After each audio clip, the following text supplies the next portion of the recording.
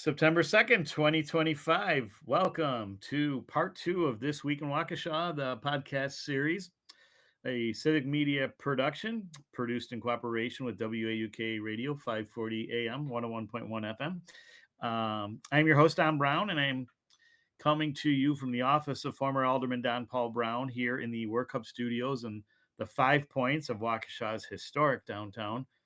Again, I'm joined by the Wonder Man, the Mighty Max Martinson, my producer, doing great things, and I'm rejoined by tonight's guest, Debra Schneider, the co-founder and president of the Waukesha County Green Team. Welcome back, Deb. Thank you. Glad And to yeah, be here. and I know we were jumping around in the first podcast. We were, of course, talking about your upcoming fundraiser, Farm to Fork, at Rustic Manor, 1848, off of Route 83 on Sunday, September 21st from 11 to 3. $60 per person gets you basically a farm to table type meal experience. Did I get that correct? Absolutely. As well as some great live music and some exhibits from other Green Team partners, showing what they're doing to try to make an impact for a more eco-friendly Waukesha County. So please mark that on your calendars and tell us your website again so if people want more information. It's www.waukeshacountygreenteam.org. And you can find the Farm to Fork information. You'll see Farm to Fork right at the top of our website, and you click on that and it'll go to the event page. That sounds great. Thanks, Deb.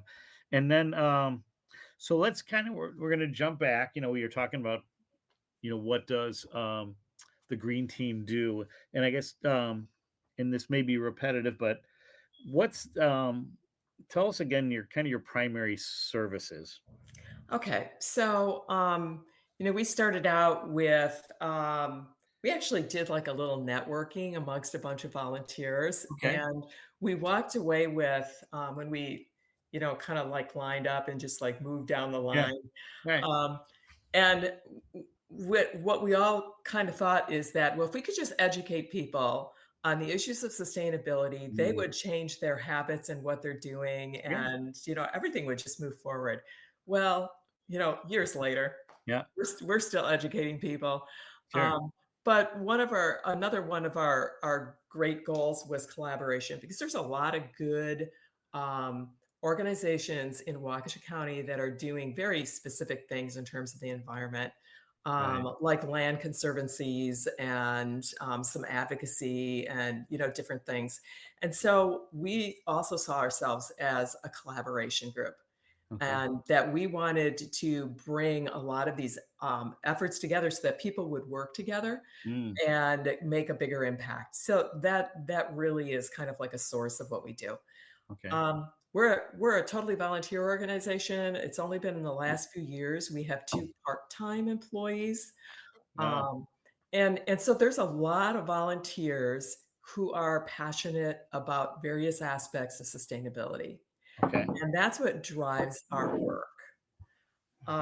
So we believe, or one of our tenets is that sustainability has to do with development that meets the needs of the present without compromising the ability of future residents Nice. to live here. And Sure. so that's the way we kind of look at it. And that's the premise for which we move forward. So what are some of the things that we do? We work with the Midwest Regional Energy Association on solar group buys. So we Okay. have lots of residents over the last, like, I think we've worked with them for 3 or 4 years, Nice. who have implemented passive or solar energy on their rooftops. Mm, We work with municipalities and municipal community groups. So municipalities on providing information about sustainable things that they can be doing. sure. Um, and then there are community groups within municipalities, volunteers who want to work on sustainability in the place that they Mhm. live. Okay. So examples of that are Greener Economowoc, Pewaukee, Elm Grove. Mhm.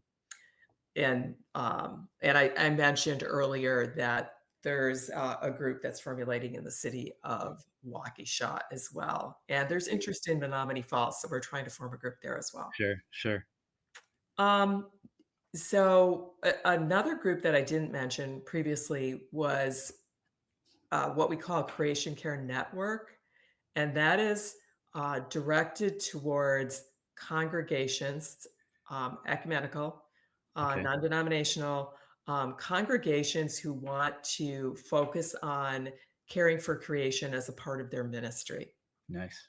So we have a network, and we bring people together, share ideas, and share what they're doing in order to help mentor them to do that. Sure. So you can probably tell what we try to do is we try to get out to various larger organizations and groups Yeah. and Form collaborate so that partnerships. we're Yeah. creating a much better, bigger reach. Create awareness. That's terrific. Yeah. That's great.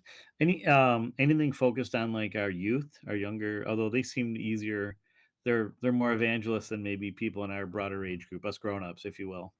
Yeah. So, what we find is we find youth are really are concerned about the future. Right. And yeah, our outreach coordinator, Joanna, works with a number of the schools and Right. also organizations like 4-H. Okay. Uh, Nice. and yeah, and works with the students in their environmental clubs, and then comes out and does Sure. presentations, or she might, be a part of a class.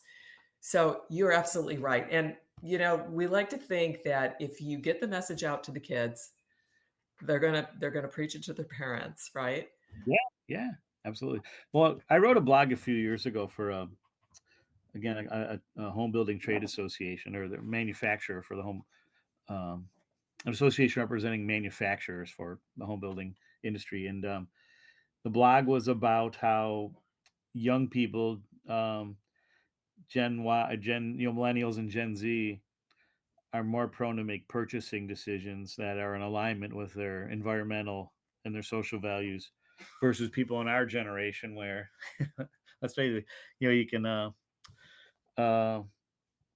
we could justify if there's money in it or there's job security or, whatever that is. I think of that line from The Big Chill. You can't get through that the day without one juicy rationalization. When, but it is a credit though, and especially because the buying influence they have, these younger generations is significant, and the dollar amount, also included an extra $300 million. I think theirs was like 200, but then it's really 500, knowing that they influence their parents too. So that's definitely got to be some encouragement for you. And do you find yourself in terms of your volunteer recruiting that you are does it lean younger or is it pretty cross generational in terms of Yeah, so, you're right, the younger generation is more social conscious, and we do find that, I think there are a lot of organizations that are nonprofits, and they lean towards, the retirees, but right, we've had a lot of young people on our board, great, because they're concerned about environmental issues. So, people who are, just getting out into the workforce. We've right, had people on our board that are, just sure, graduating from college, and it really does speak to their concerns. You're absolutely right. yeah, okay. Um, hey, I want to jump around a little bit, going back to I guess home building or about like, like neighborhoods. Um, has anyone ever approached you about creating awareness for new urbanism? Are you familiar with the new urbanism movement? Why don't you talk about that? Sure. And again, I'm not doing this to, like throw you for a loop or that's because it's something I'm Right. very I'm big into, I'm but not sure what it it's is. it Yeah. it started in the late 80s, so it's even though it's really come of age in recent years, but it was started by a lot of developers and other stakeholders that really got sick of these typical suburban developments that were far away from Main Street. We're usually in marshes or like or natural areas that are just better left undisturbed, back porch living, um, more traffic issues because they're further away from it. Just a myriad of all these issues, random violence related to these suburban developments. And it was really kind of a return to that traditional neighborhood where it was front porch living. It was narrow driveways, smaller yards, but there was green centrality in the form of like a park in the middle of the neighborhood or a garden or a combination of those two things and other green space opportunities, um, trees and bike racks and like natural traffic, not necessarily barriers, but like things that encourage people to slow down when they drive or really just walk.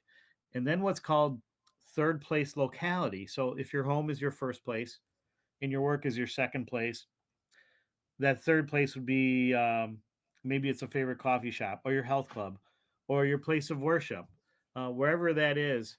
Um, Instead of driving across the city to get there or wherever that, it's all right there, in that neighborhood or in close enough proximity. And it's there's a Congress of the New Urbanism that has an annual meeting. And I remember when I was in the city council, I was advocating for it a lot, and they were looking at some pursuing some community development was looking at pursuing some opportunities. I know there's one neighborhood, I think, is it Barton Oaks, I think it's called, or Barton. It's over. I think I have the wrong name, but there was a renovation done there, to restore many of the traditional elements of this older historic neighborhood, and it is, it's pretty decent model for new urbanism. I think it's near that Bethesda Park, if I remember correctly. So I think it's Dunbar Oaks. That's it. Yeah. So, but Okay. anyway, that would be, like I said, for a group like the Waukesha County Green Team, where again, we live in a pretty affluent county with a lot of space and a lot of like historic neighborhoods and towns like Waukesha, and it would be great to see some more advocacy towards turning heads towards that kind of living. Yeah, and now that you've described it, yes. Okay. And You've been and doing and it, I'm but just under different guys or different, other with different yeah, guys, yeah. that's fair, yeah, So, having walkable streets or walkable, neighborhoods yeah, and safe streets, um, and and I have to say that what I see, like, people in that age group that you're talking about, um, that what they're looking for is they're looking for a park close by that their young children can go yeah, to. They wanna be able to walk to the coffee shop. They don't wanna have mhm, to keep jumping in their cars, that right, kind of thing. sure, Um, and and in Waukesha County, we've been just very, very spread out. yeah, And we are also very tightly organized around our municipalities. We're yes, like goes back a lot of years, I think. yeah, But there are cities, there are villages. I'm just gonna like point out I live fairly near Sussex. okay, And Sussex, I think, does a really good job of connecting their neighborhoods with sidewalks, with parks, with community, type involvement. And I think it's almost like, and also the other key mm, is affordable living space, right? yeah, yep, So that young people can get a house there. yeah, Um, and so I think, that we can have that in Waukesha County, but it really needs to be focused around, yeah, having a broader vision of who's a in your holistic view, community. yeah, an Yeah, aerial view, yep, yeah. absolutely, terrific, that's great. Did I ask how many volunteers do you have currently in the Oh my Waukesha County goodness. Green Team? So, there's different levels of volunteers, and Okay, I would say volunteers that do things on various different levels, I'm gonna say probably around 70. okay, Um, terrific, And so those volunteers they might be a part of a municipal group, they might be a sure, part of a gardening group, yeah, they, might oh, nice, volunteer once in a while, yeah, yeah, um, you know, come out to farm to fork and be a volunteer there. So it's really a variety of different things that sure, people could do as a part of our organization. sure, Yeah, oh, whatever that's their great, interest level is. okay. That's great. And now on the other side of the nonprofit equation, in terms of like revenue support, is do you have kind of like different giving levels or a sponsorship program or other ways? I know you have your fundraiser coming up, Farm to Fork. I want to remind everybody, September 21st at Rustic Manor, 1848, from 11 to 3. Fantastic farm to table food. $60 a person going to a wonderful cause. what are some of the other, I guess, revenue sources or ways that people can support the green team if they're not able to volunteer, but are generous with the wallet? Okay. So if they're generous with the wallet, we're always open to individual donations to our organization. Um, we also have a number of like webinars and events that are going on. Sure. And I'm just going to call attention to one that's also coming up in October. It's a heavy season for us, Yeah. and that is it's a community conversation, and it's being held at Carroll University. Oh, nice. So we've done this once before back in 2018. I don't know if you or your audience is familiar with the Zeidler Center for Community Conversation. It's a At group out Carroll, of right? it's a group out of Milwaukee, Okay. Oh, okay. and um, so it's people getting together. We going to have a guest speaker and actually a meteorologist. And we are going to have people come and talk about in small groups, small focus groups, about their experiences with the environment and um, what they care about in terms of the Right. environment and sustainability. And as a culmination of that event, we'll be having our focus group leaders take some anonymous notes so that we can pull some information together Yeah. about what our Waukesha County residents concerned about in terms of environment and sustainability. Okay. And that helps inform our work. Yeah, for program development and sure. Yeah. And then it also That's helps us great. to inform um, some of our officials and municipalities about what people care about. And where does that take? Where and when does that take place at Carroll? So that's October 23rd October at the 23rd. Carroll, yeah, at the Carroll Okay. University. I think it's a Thursday. It's Mhm. at the Carroll University Ballroom, Oh, and the Stackner the Ballroom, I stack, believe. Yeah, yeah, the main. Yep, yeah, that's a great and facility. that's 5:30 to 8:30 is when that Okay. will be, and of course we'll have food again. Oh, great. So that's our draw. Come Sounds eat. good. Well, I'm glad you mentioned Carroll because I want to also let our listeners know that Carroll University football opens their season this Thursday evening at Eau Claire, a great non-conference matchup that starts 6 in the evening. And if you can't make it all the way to beautiful Eau Claire, which is beautiful this time of year, um, that's the University of Wisconsin Eau Claire. You can also, I believe, the university there has a live stream on YouTube. You can catch the game. But we're wishing the Pios the best of luck in their football season, as well as in other sports. It really is a great athletic program they have there. In addition to all the wonderful academic offerings, we're proud to be in this university city at the state's oldest college, and we're grateful that they're partnering with the Waukesha County Green Team. Yeah, Like, they are a great partner for us. And we've been working with them, wow, going way back nice. on different types of programming. So yeah, That's great terrific. group of people there. Good, good. So, Deborah, we have about a minute and a half left. What is it you want listeners to know about the Waukesha County Green Team that we haven't discussed so far in our 40-minute conversation? Okay. Um, so I would like them to know, I would like listeners to know that you're invited to join us.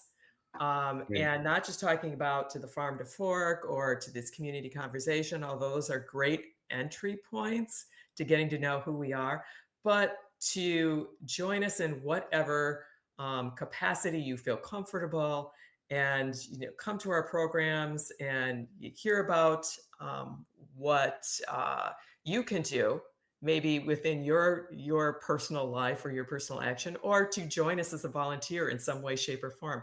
um, it's it's for us, it's you commit to whatever you would like to do, if that's like one event, one time to show up, or multiple events, or getting involved further. We would love to have you join us. That sounds great.